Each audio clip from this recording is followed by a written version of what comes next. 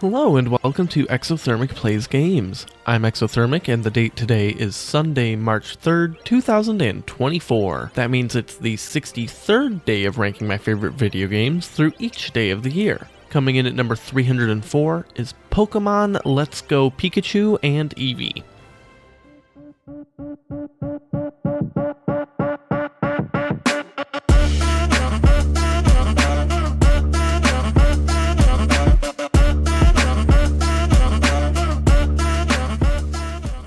Like most Pokemon titles, there's two versions you can pick from that are nearly identical but have some small differences. With this iteration, I went with Eevee. Let's Go was the first Pokemon released for the Nintendo Switch and served as a great nostalgia piece to longtime fans, as well as a way to onboard newer players from Pokemon Go into the full-scale games and buy a console while they're at it. In Let's Go, you play through the story of the first generation of games with some minor tweaks, mostly in the form of making your rival a friendly competition instead of pure unadulterated hatred. The rest of the game had much larger changes. While trainer battles are largely the same, the bulk of your interaction with other Pokemon in these titles is in catching them in the wild. One step in modernizing the original games was removing random encounters, which I wholeheartedly support. Seeing the Pokemon running around in the wild and being able to pick and choose what I encounter is a massive upgrade and way less frustrating. The only downside to that is it removed a large element of tension in the game, where maybe you were starting to run low on potions and you were stuck in a cave or something and you're just trying to hold on until you can get to the next town to heal up at the Pokemon Center. Except that never would have been a problem in this game. You see, you no longer fight wild Pokemon. Instead, you just jump into a slightly amped up version of Pokemon Go and throw balls at the Pokemon and hope to catch it before it can escape. To supplement the loss in experience for your Pokemon from wild battles, your party does gain some experience from each Pokemon you catch. I haven't done a side-by-side comparison, so it's possible it might make leveling actually faster and remove some of the grind to the game, but it's just far less interesting than actual battles. Thankfully, it is more interesting than in Go, since there's more room for the Pokemon to move around, and if you use the Joy-Cons with the Switch on the dock, you get a little more immersion out of making a small throwing motion with the controller. But for me, it just removed 70% of the actual gameplay. Don't get me wrong, there's an audience for it, and for that audience, it's probably incredible. I'm just not that audience. On the topic of abnormal Pokemon catching, one of the other changes is the ironic removal of the original non-combat form of Pokemon catching in the Safari Zone.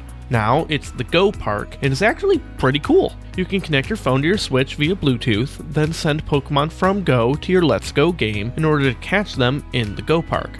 Only original generation Pokemon are allowed, however. Thankfully, trainer battles are still the same, and catching legendaries is actually better. For the legendaries, you fight them as normal, but just get to essentially knock them out, then enter the Go-style catching. This eliminates a lot of fear from the original games of accidentally knocking out a legendary Pokemon, making them uncatchable, and allows the battles to also be more interesting, since they don't need to accommodate for the amount of time you might spend chucking balls while just keeping your party alive. The main issue I have with battles in Let's Go, however, stem from the title Pokemon themselves. Your starter is outrageously overpowered from the get-go.